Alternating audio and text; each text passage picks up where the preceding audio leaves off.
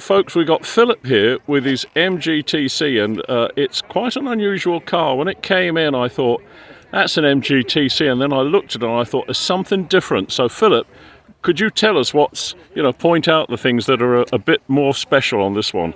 I don't know much about its early life, other than the fact it was a home-produced car for the home market. It came out in 1947. At some stage, probably in the late 70s or early 70s, it was laid up.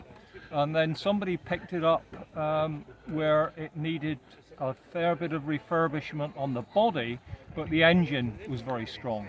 And that's exactly what they were looking for, because this guy wanted one to race in a T-Series, because this is a T-Series, through the MG Car Club.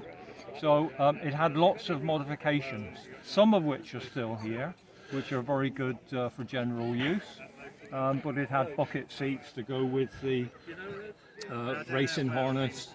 The front end is aluminium, and that's obviously because of weight.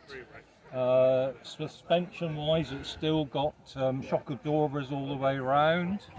But I see it's got vents and a scoop. Yes, yeah, that's obviously for heat. Keep the heat off when it was racing. Yeah, so it had lots of bits and pieces missing when I bought it.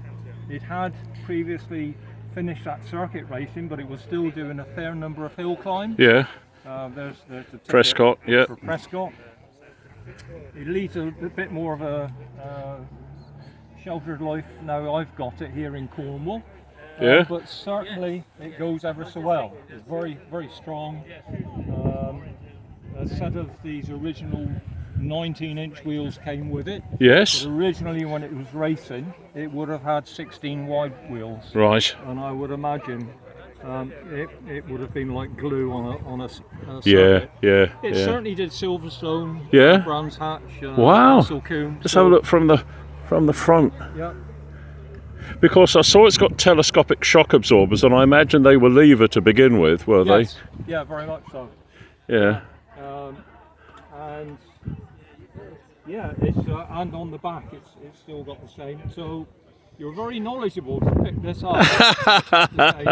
Not a lot of people know that. Yeah. But thank you very much for your interest. Yeah, and the brakes to me look bigger because they've got little scoops on them with mesh and things like that, which you see on the cars that are going to that's work hard. Like a homemade effort. Yeah. It does help, obviously, when it was racing. They were overheated. It's a pretty looking car, that blue. What colour did you say it was? Well, actually, it's a Vauxhall colour, because they didn't produce it in that colour. Probably back after the war, it was probably black or red, I suspect. Yeah.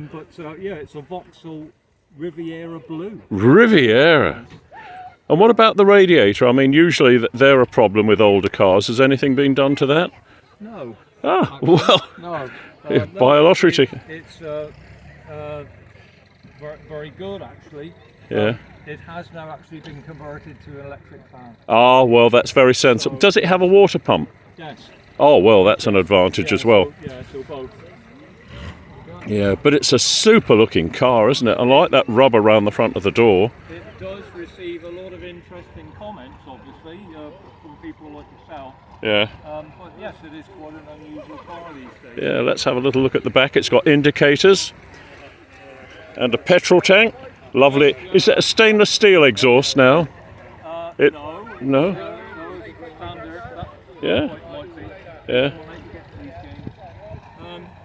Yeah. So it's obviously post-war, 1947. Yeah.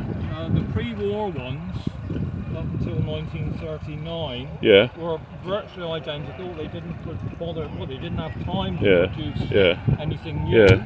But the only difference they did make post-war was they stretched the cabin by 4 inches. All right, well that'll make a difference. Yeah. And obviously cabins are stretched even more from there on in.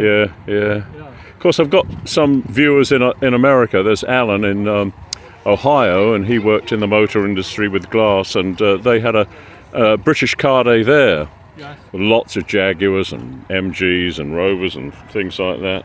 But anyway, thanks ever so much for telling us about it, and